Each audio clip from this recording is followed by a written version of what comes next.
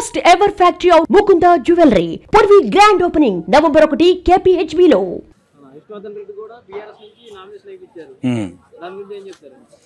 ఇప్పుడు ఏ పార్టీ అయినా ఒక పార్టీ ఒక అభ్యర్థి నామినేషన్ వేసినప్పుడు దానికి రిలేటెడ్గా ఇంకో అభ్యర్థి పెడతారు. ఏ కారణం చేతైనా ఆ అభ్యర్థి ఇబ్బందుల్లో పడినా లేకపోతే డిస్మిస్ అయినా క్వాలిఫై అవ్వకపోయినా ప్రతి ఒక్కరూ ప్రతి పార్టీలో కూడా రెండో వ్యక్తి రేపిస్తారు. దానికి పెద్దగా ఆలోచించే అవసరం లేదు. ఏదేమైనా ఎక్కడైనా ఏదైనా ప్రాబ్లం వచ్చి ఆ వ్యక్తి డిస్మిస్ అయితే ఈ వ్యక్తి ఎలక్షన్లో ఉంటాడు కాబట్టి అలా చేస్తారు అంతే.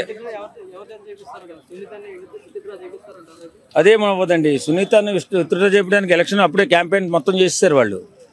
అదేం లేదు, ఖచ్చితంగా సునీతమే ఉంటుందని అనుకుంటున్నాం.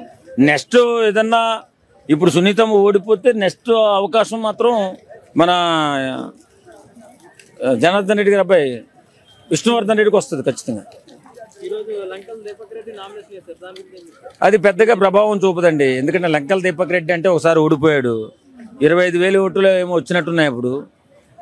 ఎందుకంటే మొత్తం లాస్ట్ వరకు ఎవరు వస్తున్నారో తెలియదు, ఎవరికి టికెట్ ఇస్తున్నారో బీజేపీ తెలియదు. బీజేపీని ఇక్కడ సర్వనాశనం చేశారు తెలంగాణలో. ఎందుకంటే నాయకులు అలాంటి వాళ్ళని ఉన్నారు ఇక్కడ కాబట్టి బీజేపీ బలపడే అవకాశం లేదు తెలంగాణలో. మంచి నాయకులకి మంచి వాళ్ళకి ఇస్తే ఒకప్పుడు బండి సంజయ్ గారు అధ్యక్షుడిగా ఉన్నప్పుడు బ్రహ్మాండంగా పాపులారిటీలోకి వచ్చేసి బీజేపీ నుంచి సీఎం అవ్వబోతున్నారని చెప్పున్న తరుణంలో టర్క్మన్ తీసేసి వేరే వాళ్ళకి ఇచ్చేశారు. కాబట్టి బీజేపీ బలపడే అవకాశం లేదు. బీజేపీ ఈ ఎలక్షన్లో గెలిచే అవకాశం అస్సలు లేదు. ఏది జూబ్లీస్లో నవీన్ యాదవ్ గెలుస్తాడు నేను అనుకోవడం. ఎందుకంటే నవీన్ యాదవ్ ఎందుకు గెలుస్తాడు, నవీన్ యాదవ్ ఎందుకు గెలవాలి, ఈ రెండే పాయింట్లు. నవీన్ యాదవ్ ఎందుకు గెలవాలి అంటే వేళ కాంగ్రెస్ ప్రభుత్వం అధికారంలో ఉంది. నవీన్ యాదవ్ను మనం గెలిపించుకుని రేవంత్ రెడ్డి గారికి గిఫ్ట్గా మనం ఇవ్వగలిగితే మన నియోజకవర్గానికి 7 డివిజన్లో కూడా అద్భుతమైన సేవా కార్యక్రమాలు చేసుకోవచ్చు. తర్వాత ఎంత పెద్ద కోటీశ్వర్లు మన డివిజన్లో ఉన్నారో అంత నిర్వేదులు కూడా మన 7 డివిజన్లలో ఉన్నారో అంత నిరుపేదలు కూడా ఈ 7 డివిజన్లలో ఉన్నారు. బస్తీలు ఎక్కువ మనవి. ఇక్కడి నుంచి బోరబండి నుంచి తెలుసుకుంటే షేక్పేట వరకు మొత్తం బస్తీలు మనయే. ఈ బస్తీలలో పని అవ్వాలి, పని చేయించుకోవాలి, పేదవాడు బాగుండాలంటే కాంగ్రెస్ పార్టీ గెలవాలి. అది నవీన్ యాదవ్ అయినా ఇంకొకరైనా కరెక్ట్గా గెలుచుకోవాల్సింది తప్పనిసరిగా. కాబట్టి నేను అనేది ఏంటంటే విఘ్నులైన జూబ్లీహిల్స్ ప్రజలు ఖచ్చితంగా ఆలోచించి నవీన్ యాదవ్ గెలిపించుకోవాల్సిందిగా కోరుకుంటున్నాం. హస్తం గుర్తుపై ఓటేయండి, నవీన్ యాదవ్ గెలిపించండి, జూబ్లీహిల్స్ నియోజకవర్గాన్ని అభివృద్ధి పదంలో నడిపించండి.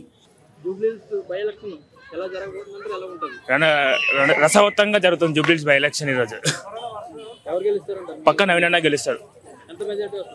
50,000 మెజార్టీ పక్క నవీన్ అన్న 100% గెలుస్తాడు. నవీన్ అన్న దాదాపు ఒక 30 years నుంచి మన జూబ్లీహిల్స్ ప్రజలకు ఎన్నో సేవా కార్యక్రమాలు చేస్తూ ఉంటుండు. అతను ఓడిపోయినా కూడా ఇంట్లో కూర్చోకుండా ప్రజలకి అందుబాటులో ఉంటూ యువతకు కావచ్చు, మరియు అన్ని వర్గాలకు, సంపన్న వర్గాలకు కావచ్చు, మరియు గంగా జమున తైజీబ్ అంటే ముస్లిం కావచ్చు, హిందూ కావచ్చు, అన్ని పండుగలకు ఏమైనా సరే తను డొనేట్ చేసుకుంటూ యువత కూడా ఇప్పుడు స్పోర్ట్స్ పరంగా వాళ్ళకి, క్రీడా పరంగా వాళ్ళకి, కిడ్స్ కావచ్చు, ఏదైనా కావచ్చు అన్న చాలా సేవా కార్యక్రమాలు చేసింది జూబ్లీహిల్స్ ప్రజలకి. పక్క ఈరోజు జూబ్లీహిల్స్ ప్రజలు ఒక యువ కిరీటం, ఒక యువ తేజం లాంటి ఒక యువ నాయకుడు నవీన్ అన్నని కోరుకుంటారు జూబ్లీహిల్స్ ప్రజలు.